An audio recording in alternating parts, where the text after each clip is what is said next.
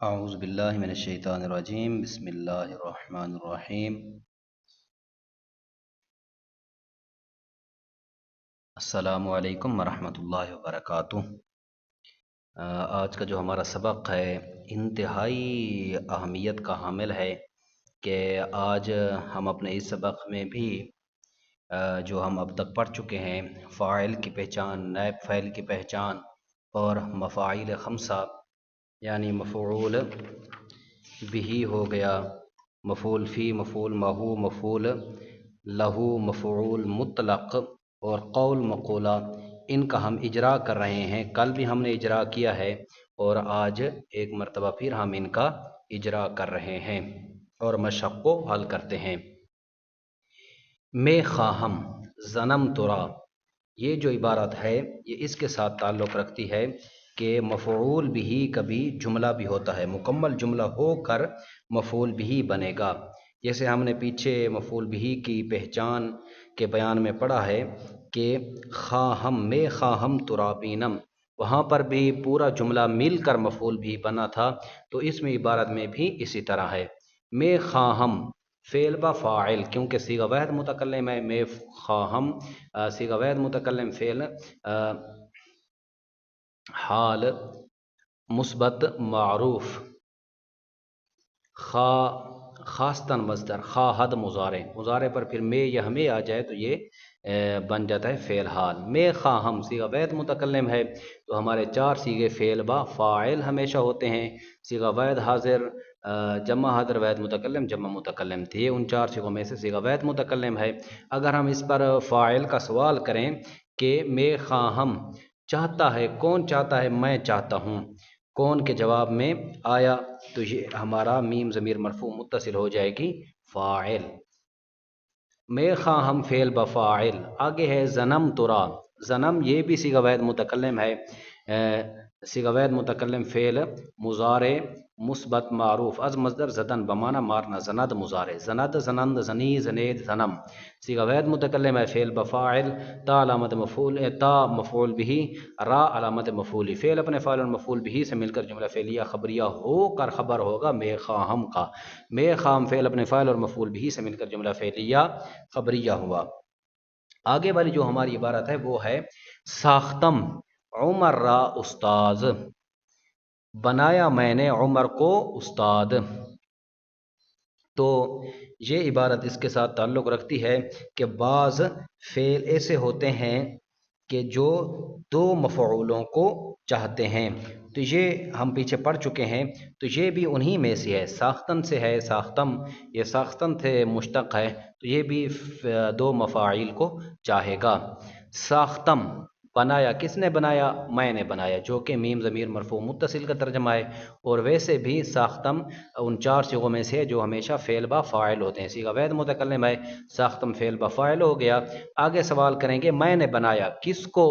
عمر کو، کس کو کے جواب میں عمر آیا تو یہ عمر ہوگا مفعول بھی، را علامت مفعولی، استاد مفعول بھی ثانی، فعل اپنے فاعل اور دونوں مفعولوں سے مل کر جملہ فعلیہ خبریہ ہوا۔ آگے ہے میں دانم تعلیم فرنگرا کفر، یہ بھی میں دانم، یہ بھی دانستن مصدر سے ہے، اس مصدر سے ہے جو دو مفعولوں کو چاہتے ہیں۔ تو میں دانم صیغے کو حل کرتے ہیں، میم ضمیر کو دیکھا، میم ضمیر جو ہے یہ صیغہ واحد متکلم کی ہے، علامت کو دیکھا یہ صیغہ واحد متکلم کی علامت ہے، تو صیغہ ہو جائے گا صیغہ واحد متکلم فعل حال مثبت معروف اد مصدر دانستن بمعنی جاننا، داند مضارع، میں دانم، اور یہ صیغہ واحد متکلم ہے تو فعل بفاعل ہو جائے گا۔ پھر سوال کریں گے میں نے جانا کس کو؟ فرنگی تعلیم کو، فرنگیوں کی تعلیم کو، تو تعلیم فرنگ یہ مرکب اضافی ہو کر مفعول بھی ہو جائے گا، بئی طور کے تعلیم مضاف، فرنگ مضاف الیہ، مضاف نے مضاف الیہ سے مل کر مفعول بھی، را علامت مفعولی۔ پھر آگے سوال کریں گے میں نے فرنگی تعلیم کو کیا جانا؟ جواب آئے گا کفر، کیا کے جواب میں لفظ کفر آیا تو لفظ کفر کو مفعول بھی ثانی جانو۔ میں دانم فعل اپنے فاعل اور مفعول بھی اول، مفعول بھی ثانی سے مل کر جملہ فعلیہ خبریہ ہوا۔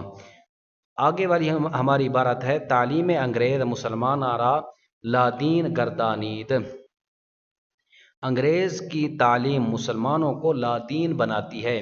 یہ گردانیدن ہے، یہ بھی انہی مصادر میں سے ہے جن مصادر کے جو مشتقات ہوتے ہیں وہ دو مفاعیل کو چاہتے ہیں، تو یہ بھی دو مفعولوں کو چاہ رہا ہے. گردانید صیغہ واحد غیب ہے، ہمیں بھئی پتہ چلا کہ علامت اس کے آخر میں دال ہے، تو جس کے آخر میں دال علامت ہو تو یہ علامت ہوتی ہے صیغہ واحد غیب کی، دال ہو یا تا ہو. تو یہ دال ہے، صیغہ واحد غیب ہو گیا. فعل ماضی مطلق مثبت معروف، المصدر گردانیدن، گردانیدن گرداند مضارع، گردانیدن سے نون کو گھرایا، ماضی مطلق بنی، زبر کو گھرایا، گردانید. بناتی ہے، کون بناتی ہے؟ انگریزوں کی تعلیم، انگریز کی تعلیم. تو تعلیم مضاف، انگریز مضاف الیہ، مضاف نے مضاف الیہ سے مل کر فاعل ہو گیا کیونکہ یہ کون کے جواب میں آیا. اب ہم پھر سوال کریں گے، انگریز کی تعلیم کس کو بناتی ہے؟ انگریز کی تعلیم کس کو بناتی ہے؟ جواب آئے گا مسلمانوں کو، مسلمانہ جمع ہے، مسلمانوں کو. مسلمان ہو جائے گا مفعول بھی اول را علامت مفعولی، کیونکہ یہ کس کو کے جواب میں آیا. پھر سوال کریں گے کہ انگریزوں کی تعلیم مسلمانوں کو کیا بناتی ہے؟ کیا کے جواب میں آ جائے گا لادین، یعنی لادین بناتی ہے، بے دین بناتی ہے. تو یہ لادین ہو جائے گا مفعول بھی ثانی کیونکہ کیا کے جواب میں آیا. تو اب ہمارے پاس مکمل عبارت حل ہو چکی ہے. وہیں طور کے گردانید فعل، تعلیم انگریز تعلیم مضاف، انگریز مضاف الیہ، مضاف نے مضاف الیہ سے مل کر فاعل، مسلمانہ مفعول بھی اول را علامت مفعول، لادین مفعول بھی ثانی. گردانید فعل اپنے فاعل اور دونوں مفعولوں سے مل کر جملہ فعلیہ خبریہ ہوا. آگے ہے خورد، جمیل طعام، بشام بربام. اس میں آپ دیکھیں کہ خورد فعل ہے، جمیل جو ہے یہ اسم ظاہر ہے، طعام بھی اسم ہے، با حرف ہے، شام بھی اسم ہے، بر حرف ہے، بام بھی اسم ہے. تو خورد صیغے کو حل کریں گے، خورد پڑھیں یا خرد پڑھیں. اگر خورد پڑھیں گے تو یہ فعل مضارع ہوگا صیغہ واحد غیب، اگر خرد پڑھیں گے تو یہ فعل ماضی ہوگا صیغہ واحد غیب. خورد صیغہ واحد غیب، واحد غیب کا ہمیں پتہ چلا اس کی علامت سے، کیونکہ اس کے آخر میں دال ہے جو کہ صیغہ واحد غیب کی علامت ہے. خورد صیغہ واحد غیب فعل مضارع مثبت معروف از مصدر خوردن بمعنی کھانا، خورد مضارع. اب سوال کریں گے خورد کھائے گا کون کھائے گا؟ جمیل. یا کھایا کس نے کھایا؟ جمیل نے. تو یہ ہو جائے گا جمیل فاعل. جمیل نے کیا کھایا؟ پھر سوال کریں گے جمیل نے کیا کھایا، تو جواب آئے گا کھانا، کھانا طعام، یہ ہو جائے گا مفعول بھی، مفعول بھی.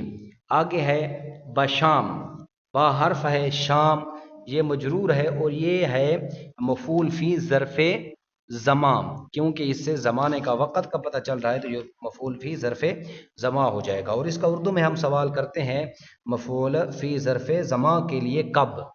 پھر سوال کریں گے جمیل نے کھانا کب کھایا؟ جمیل کھانا کب کھائے گا یا کب کھایا؟ تو پھر ہم کہیں گے شام کے وقت، شام میں.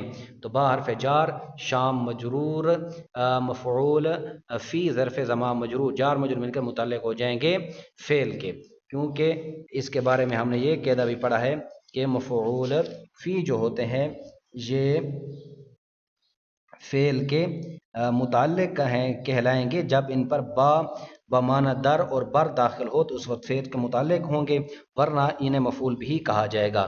تو یہاں پر جو ہے یہ با بمعنی در داخل ہے تو یہ ہو جائے گا فعل کے متعلق. آگے ہے بر بام، بام معنی لے لیتے ہیں تخت. تو پھر ہم سوال کریں گے کہ جمیل نے کھانا کھایا شام میں، یعنی شام کے وقت کہاں؟ کہاں یہ سوال کیا جاتا ہے ظرف زمان کے لیے، تو کہاں، کہاں کے جواب میں آئے گا تخت پر.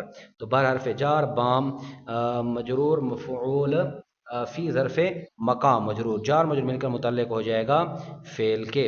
خورد فعل اپنے فاعل، مفعول بھی، مفعول اور متعلقین سے مل کر جملہ فعلیہ خبریہ ہو جائے گا. آگے ہمارے پاس ہے رفتم بازار برائے فروختن، رفتم بازار برائے فروختن. تو یہ ہو جائے گا رفتم، صیغہ وید متکلم ہے، یہ ہو جائے گا فعل بفاعل.